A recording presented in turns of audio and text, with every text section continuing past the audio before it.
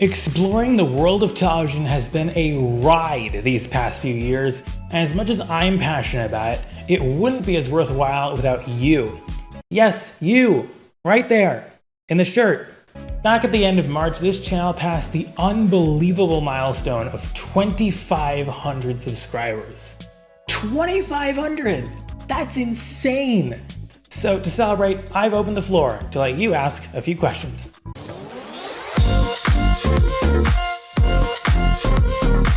Let's start with something pretty in my wheelhouse. Portal Charger asks, thoughts on BBC3 returning to TV, and what do you use to watch UK TV in the US? As for BBC3's grand return, it's about time. It should have never left television in the first place, as we were all saying during the year that the BBC seemed to only go through the public service motions before ultimately just doing what they wanted to do with it and shut the linear channel down. Now, they've learned the hard way and have come groveling back to give their youth brand a relevancy. Eventually, I'm going to make a whole video about the latest developments in the BBC3 saga and what they need to do to re-establish the position they squandered, but ultimately, as much as I will gloat and say I told you so, I'm not going to hold it against the channel upon its relaunch. We got what we wanted! But now the challenge is that BBC3 has to execute, and notably without a few of their more blatant audience draws. The two Seth MacFarlane shows that were mainstays of their late-night schedule have since been poached by ITV2, and a number of the shows and personalities they previously harbored have now moved on to assorted fates elsewhere. From what they're planning on doing, it sounds promising, and I'll certainly be in the audience for the relaunch night come January. But they have to do this right.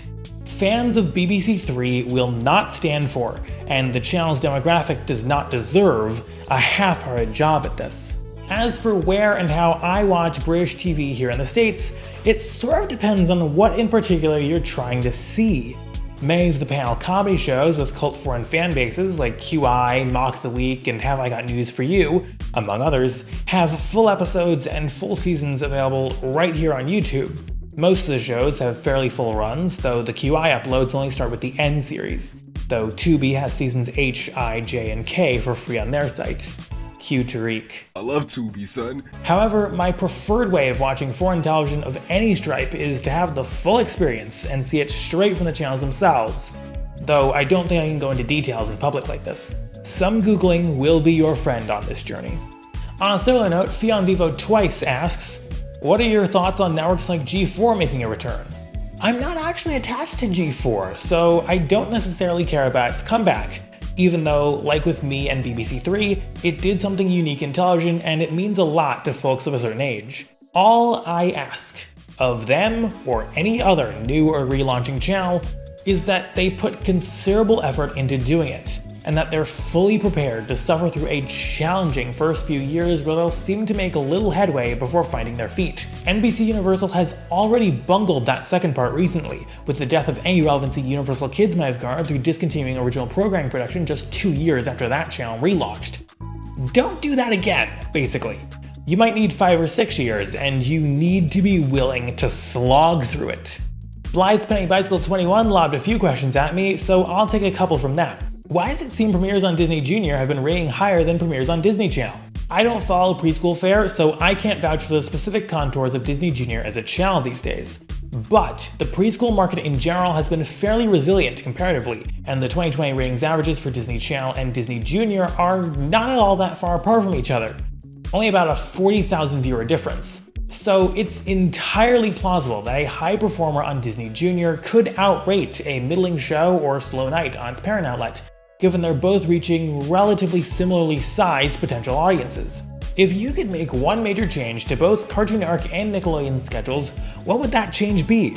A wider variety of current content in their schedules, for both of them. But individually, stretching Cartoon Network into the evening so they can have a prime time and put premieres there again, and for Nick, actually investing into their side channels again to broaden the brand's overall audience reach and to chip away at both Nicktoons and Teen Nick's reputations for being lands of recent classics and burn-offs.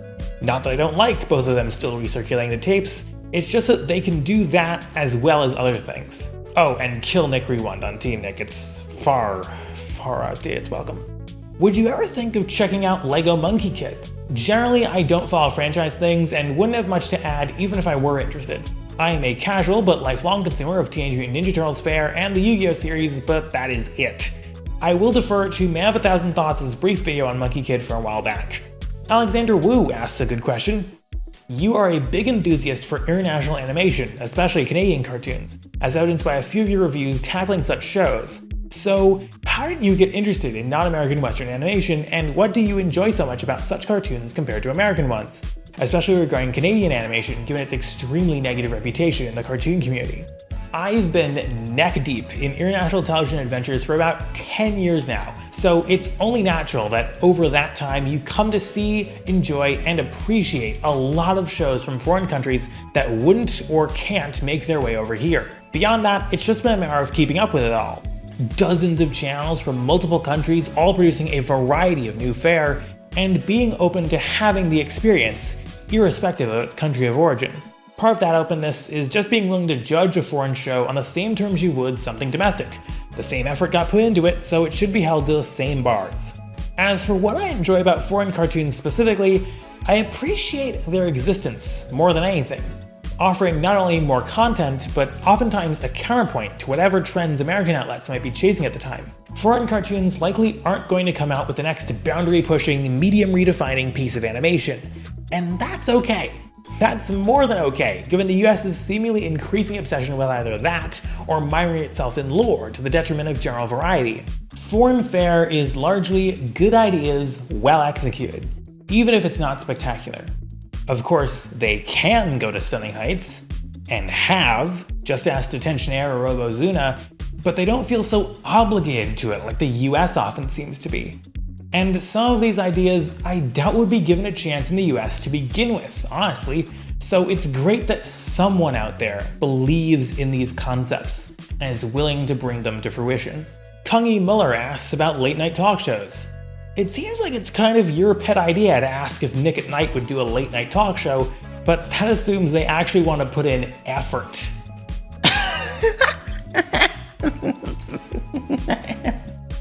As for why the big three shows are slipping in the ratings these days, a marked shift in actual strategy coming home to roost. Most, if not all, late night shows care more these days about having moments worthy of posting to YouTube to rewatch the next morning, and so that's compounding with the still expanding media universe to directly impact the top line linear premiere ratings. Li Ping, string of numbers, on Twitter asks, if you were able to only watch one TV show for the rest of your life, which one would you pick?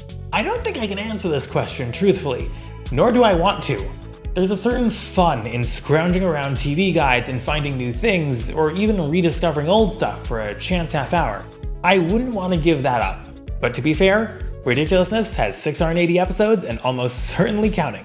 So off the top of my head, that's not a bad place to start.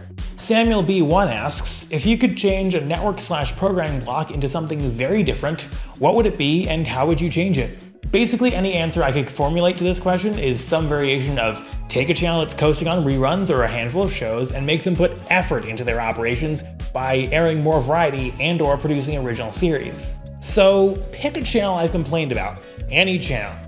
And Robert Wendland asks the most important question, the one question that will reverberate through all time and that great minds tirelessly labor over. Moe's or Chipotle? Actually, I'm a Moe's person. I go there pretty much exclusively when I'm in the mood for a burrito that size. This Q&A was fun and I really enjoyed fielding your questions. We should do this again sometime. 5,000 subscribers special, here we come. But you don't have to wait that long because there's a special chance to poke my brain every single month in my exclusive live chat and Q&A session that you can be a part of if you become a patron on Patreon. That's at patreon.com/BenzeJ and that'll be in the description. Or if you prefer, you can now also become a member on YouTube and get access to all the same perks as my patrons, including full access to my Discord, channel updates, and even early access to select content. Just hit the little join button right below this video. And while you're there, make sure to hit the subscribe button right next to it so you can join me in exploring even more of the world of television every single week. You can see how I've asked the big questions over the years up here or down the description. I'm Benzie Johnson Jr., I'm enthusiastic about television, and I'll see all 2,600 of you, and counting, next time.